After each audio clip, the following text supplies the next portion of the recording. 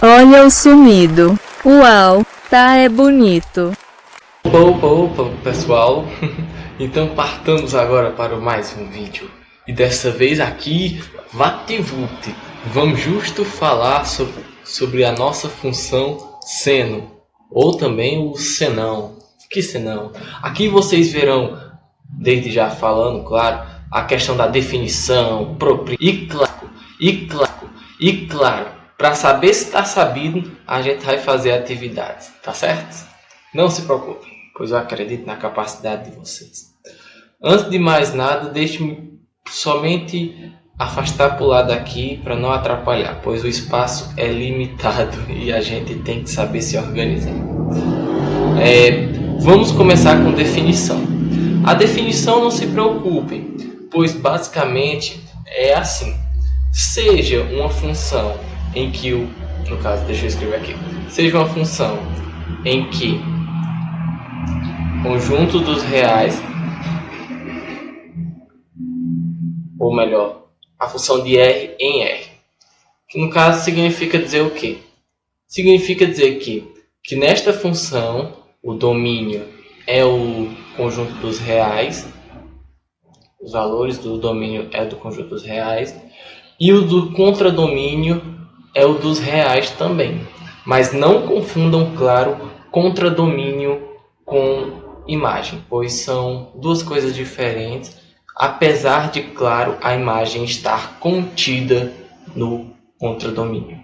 Continuando. Seja isso aqui que eu acabei de falar com f de x sendo igual a seno de x, dessa forma aqui, tem-se em mente que f de x é uma função, certo? Tá, isso só foi uma mera definição aqui. Mas partamos para o exemplo, os exemplos. Exemplo, se eu posso dizer que esse f de x, essa função aqui, em que diz que o seno de x vezes 2 ou 2x é uma função seno, posso. Ok, posso. E esse x aqui será dado, como a gente bem sabe, seja em graus ou radianos, aqui no Brasil que a gente vive, no nosso verde e amarelo. Aí outro exemplo também bastante interessante, que no caso é o que? Aqui eu botei o coeficiente 2 multiplicando o x, mas eu muito bem poderia colocar, exemplo, x menos x menos π, aqui é para ser π, pronto. Poderia botar desse jeito? Poderia, claro que eu poderia. E estaria ainda sendo sim uma função seno. Tá, passada esta primeira etapa, vamos para a segunda. A segunda que eu quero falar com vocês é no condizente a propriedades. Então deixa eu apagar isso daqui. Então vamos lá. Propriedades. As propriedades que eu em si vou falar são um total de 4. Que é o seguinte. Não podem esquecer jamais. Pensando bem, quando vocês aprendem direitinho, então dificilmente dá para esquecer mesmo. Na função seno, a imagem, eu vou botar aqui, a imagem, ela nada mais vai de menos 1 a 1. Isso fica muito bem representado quando a gente sabe farra o quê? Farra a questão do círculo unitário. Quando a gente visualiza isso daqui, esqueci como falar isso. Quando a gente visualiza isso no círculo unitário, que ele tem raio 1, nós lembramos que nele o eixo Y, ou o eixo vertical, que a gente lembra, né? Que é esse daqui, ó. Ele equivalerá ao seno. E basicamente, como bem lembramos, ele vai de 1 a menos 1. Então, por sacada, acaba que os valores máximos e mínimos que uma função seno normalmente alcança é de 1 e menos 1, certo? Dita essa primeira propriedade, partamos agora para a segunda, sem enrolação, pois aqui eu quero que vocês aprendam de montão. Vamos lá. A segunda propriedade, ela diz assim: a função seno não é nem injetora, nem sobrejetora. Oxente, como assim? Oxe, primeiramente, deixa eu botar aqui, só escrever aqui. Não. Aí, injetora. Não. Sobrejetora. O que é uma função sobrejetora? Ou injetora? Primeiro, né? Uma função injetora significa eu dizer que para diferentes valores que eu venha a colocar x, vai ter diferentes valores que vai ser y. Exemplo. Ou aqui também, por assim se dizer. Deixa eu escrever aqui na frente. Significa dizer o seguinte, que se eu colocar f de x, se eu colocar como um valor aqui na função menos x,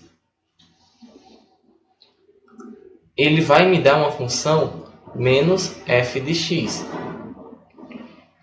E percebam que eu novamente irei falar aquela questão. Para diferentes valores gerará diferentes resultados.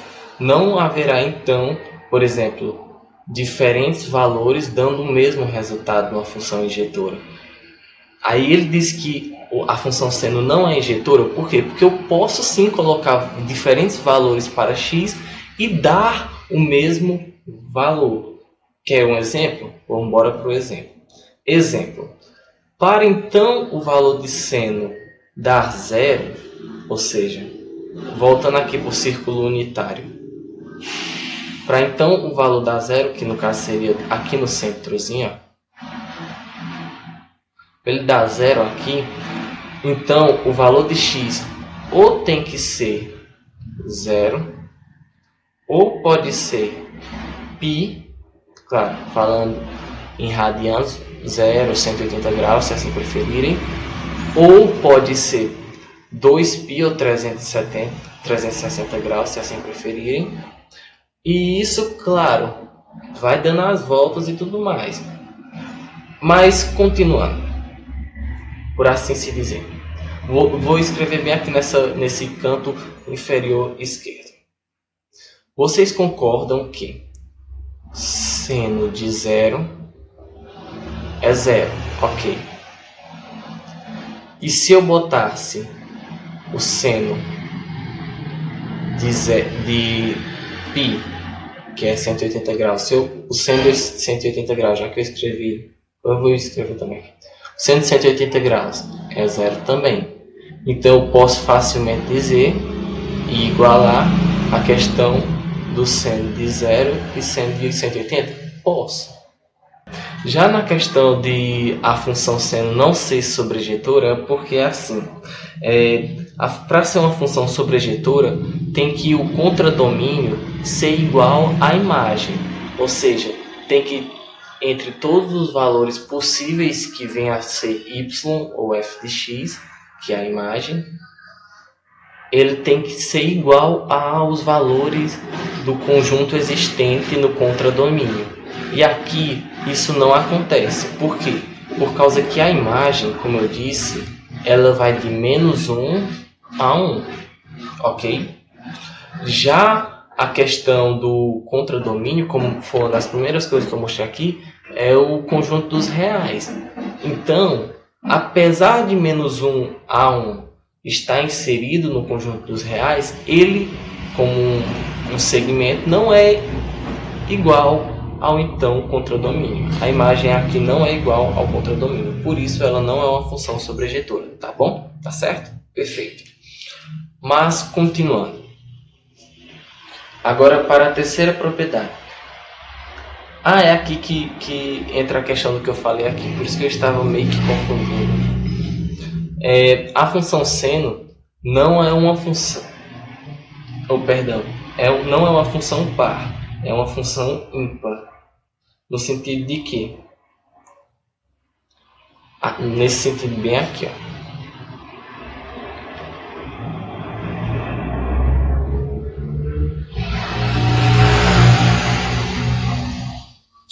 Deixa eu só escrever aqui.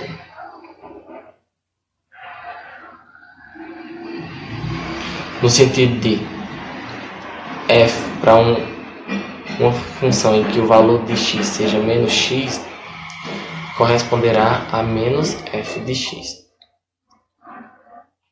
Tá, vamos partir para o exemplo. Exemplo. Se eu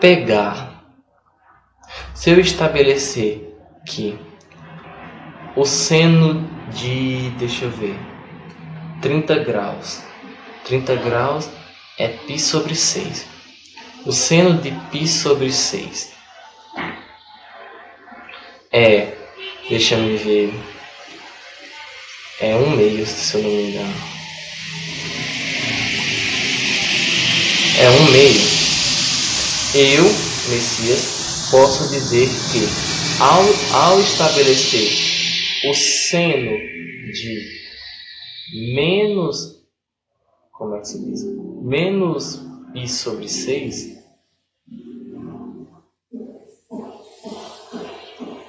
o que eu vou estar a dizer, na verdade, se vocês podem concordar comigo, é que vai ser menos 1/2. Porém, esse 1/2 a gente já estabeleceu aqui quem era, que é seno de π sobre 6.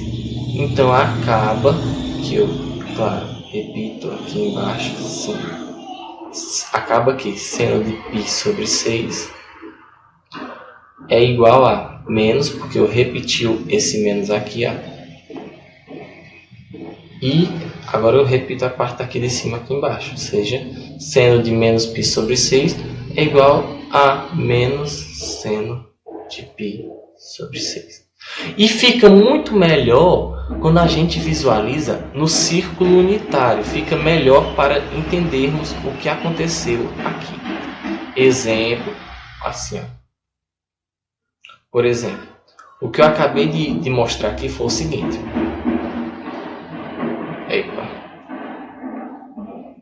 Imagine aqui como o eixo x do círculo unitário.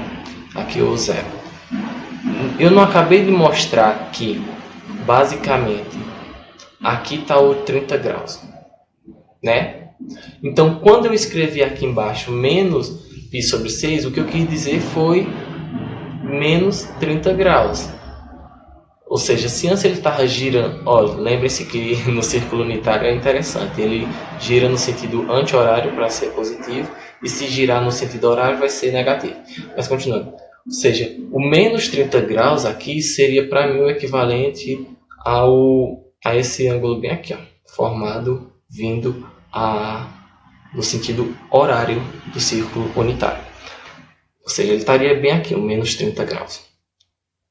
Então, o que eu estabeleci aqui, e mostrei para vocês, é justo que esse seno daqui, o seno de 30 graus, é igual ao seno de menos 30 negativo. Ou seja, aqui, ó, foi isso daqui que eu acabei de mostrar.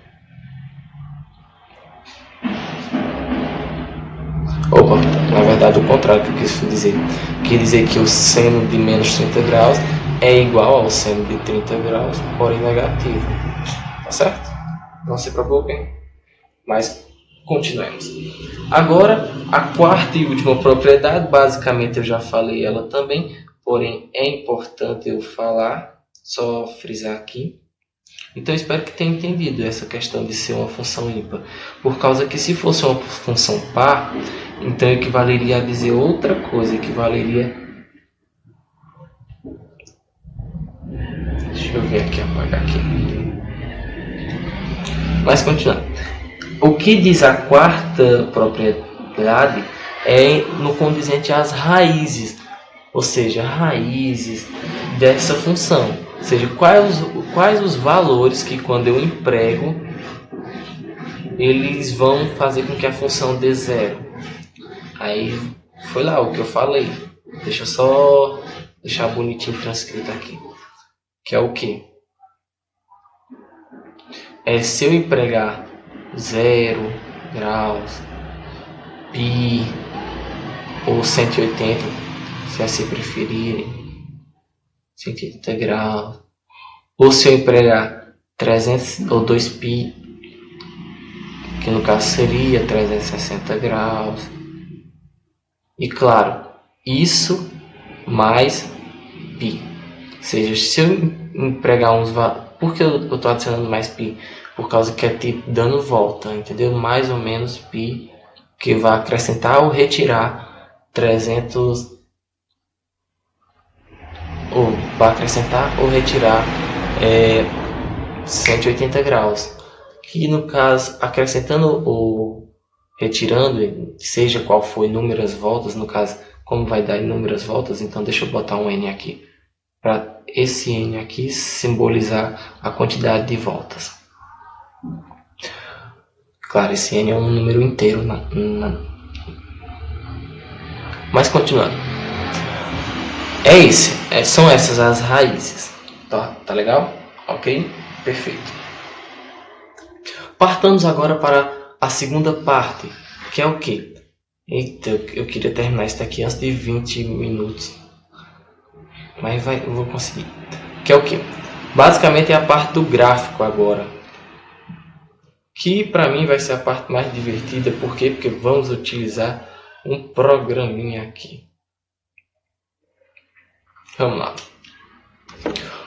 Para então fazer essa questão do gráfico, tá aqui.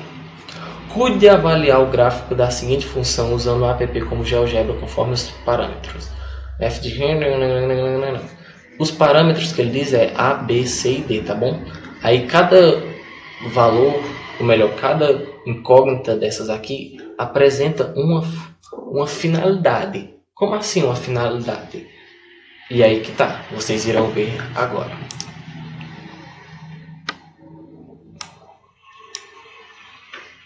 Vamos lá.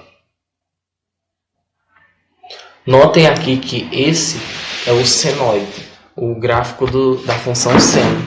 Aqui tem o senoide e aqui é o gráfico da função seno. Ela basicamente são ondas.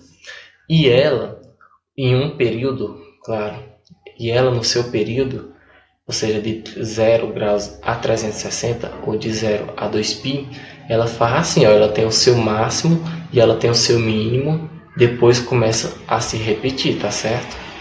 Ok. Eu aqui, claro, deixa eu arrastar para aqui para melhor ficar vendo. Eu aqui coloquei aquela função que eu mostrei para vocês, ou seja, eu botei essa função aqui no GeoGebra. E agora a gente vai brincar, entre aspas, com os números. Uma vez que a incógnita A que eu mostrei, ela representa uma translação vertical. E com ela eu posso mover para cima ou para baixo o meu gráfico, tá certo? Aí ela geralmente fica como zero, pois ela como zero já nem aparece. Para falar a verdade, a função pai da função seno, na verdade, como a gente viu, é só f de x igual a seno de x. Aí esses parâmetros a gente acrescenta para justo modificar o gráfico ou conforme queremos. Aí continuando, como eu mostrei a primeira incógnita é para uma translação vertical, ou seja, mover para cima ou para baixo. Isso dependerá, claro, se o valor for positivo, for negativo. Aí vai dizer se vai para cima ou para baixo. Tá certo? Ok. Perceba uma coisa interessante aqui, ó. O máximo e o mínimo, como eu disse, da função seno é 1 e menos 1. Isso é importante termos em mente. Aí continuando. Já a parte B aqui, ela faz a incógnita B, ela faz algo bastante interessante, que é o quê? Pensem comigo, finjam que aqui é seno de x. Não tem que ser nem entender. Vocês concordam comigo que, indiferente do valor que eu colocar para x, basicamente eu sei que o máximo que ele vai ir é 1 e o mínimo que ele vai ir é menos 1, né? Ou seja, tá certo. Então, concordam comigo que, digamos que eu coloque o valor que vai dar o máximo, que é 1. Então, basicamente, se eu colocar, dependendo do valor que eu colocar aqui em B, eu basicamente irei, de certa forma, alterar o intervalo, aumentando o número máximo, ou seja, por exemplo, aqui, digamos que B seja 5. Então, se antes aqui, que vai de 1 a menos 1, o máximo ia ser 1 e o mínimo seu ia ser menos 1, agora, como eu estou multiplicando isso por 5, então o máximo vai ser 5 e o mínimo vai ser menos 5. Vamos testar aqui. Percebam que B é 1, ou seja, 1 está multiplicando 1, no caso, aí deu 1 aqui, e 1 está multiplicando menos 1, que é o mínimo da função seno, que deu menos 1 aqui também. Mas, contudo, todavia, se eu colocar isso aqui como 3, aí, ó, ele foi para 3, foi para menos 3, porque eu multipliquei o máximo e o mínimo da função seno por 3. Então, 3 vezes 1, 3. 3 vezes menos 1, menos 3. Tá certo? Ok, vou deixar ele aqui no 1. Mas, continuando. Já o C é muitíssimo interessante, pois ele representa o período, ou seja, o intervalo ao qual ele vai se repetir. A função seno vai começar a se repetir. Aqui ele começa a se repetir em 2π. Ah, uma coisa. A fórmula do período, deixa eu escrever aqui no aplicativo. A fórmula do período é assim, ó. É P igual a 2π dividido pelo módulo de C. Por que eu estou falando isso? Por causa que quando C é 1, que normalmente ele é aqui, por isso que ele não aparece, quando C é 1, 1 dividido por 2π, 2π. Então ele começa a se repetir em 2π. Mas se eu botasse, por exemplo, C igual a 2, que é o que eu vou fazer agora, C igual a 2, o que vai acontecer? Pronto. Vai acontecer que ao eu dividir 2π por 2, o 2 corta com 2, fica no π.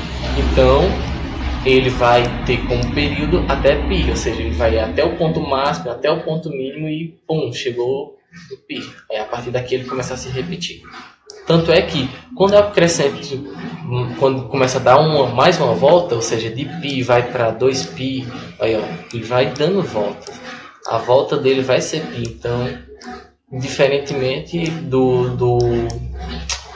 da quantidade de vezes que ele for dar a volta, eu sei o período dele graças a essa pequena fórmula, somente olhando, claro, o parâmetro C, que é o número que multiplica x. Tá certo? Mas, continuando. Agora, para falar a verdade, um que eu acho bastante interessante é esse último, que é o D, que é a translação horizontal. Ou seja, o A move verticalmente, ok, tudo bem.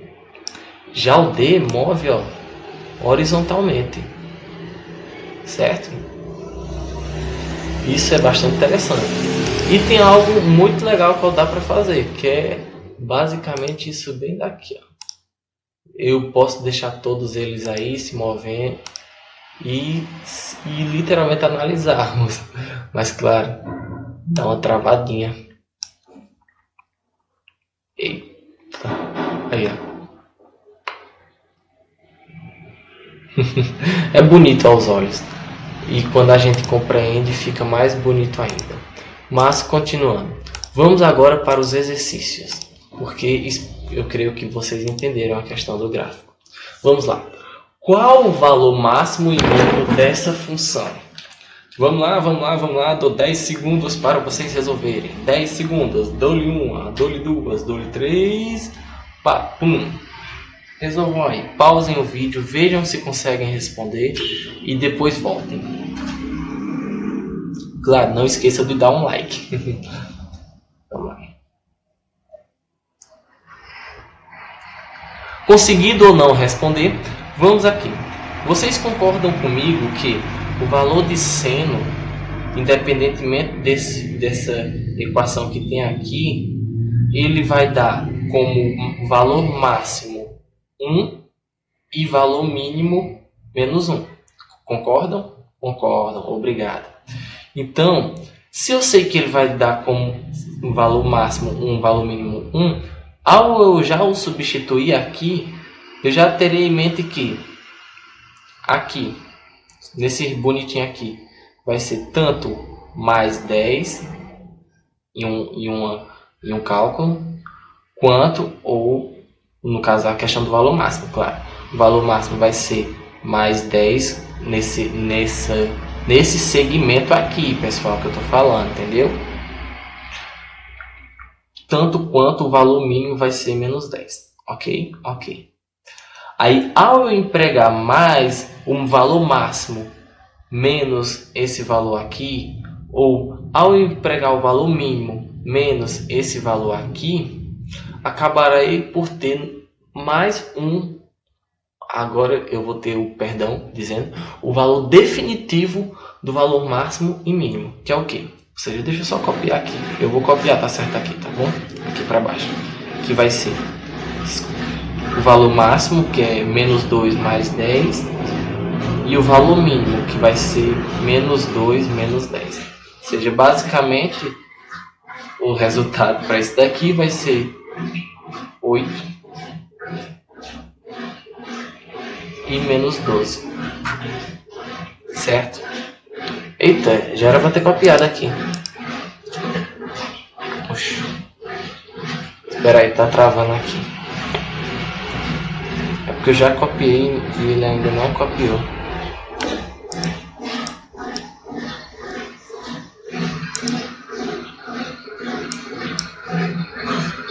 Pessoal, aqui eu vou tentar copiar aqui com o mouse. Aqui é igual a 8, perdão, porque eu fiz aqui, que aqui é o valor máximo.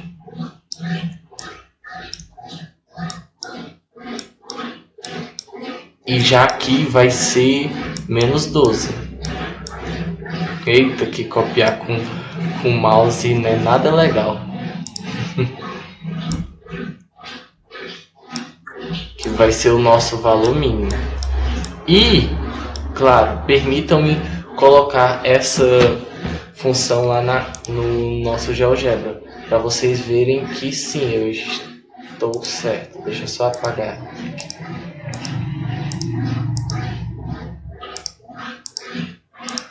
Aqui vai ser y igual a menos 2 mais 10 vezes 100. Aí eu posso botar aqui x ao quadrado, era mais, não, menos 6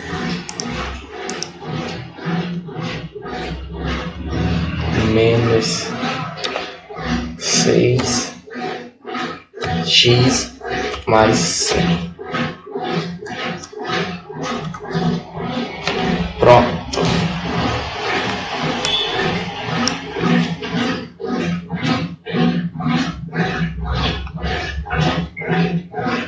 Opa, travou um pouquinho aqui.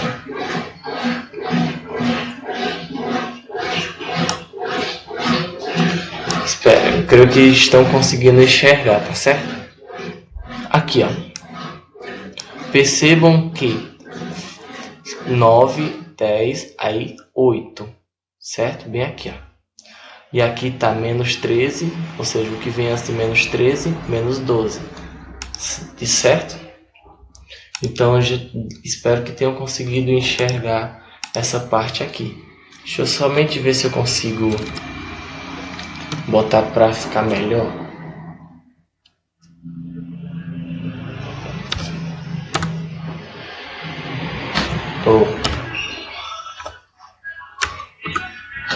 Eu tô botando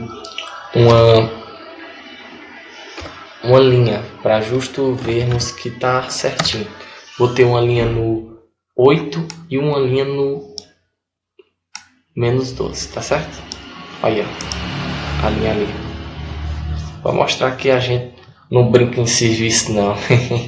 E é isso, terminamos aqui. Agora que eu mostrei tudo, perdão, eu queria fazer tudo em até 15 minutos, a metade do tempo que deu a aula, mas não deu não. No fim, obrigado, deixem o like e Deus vos abençoe e até a próxima.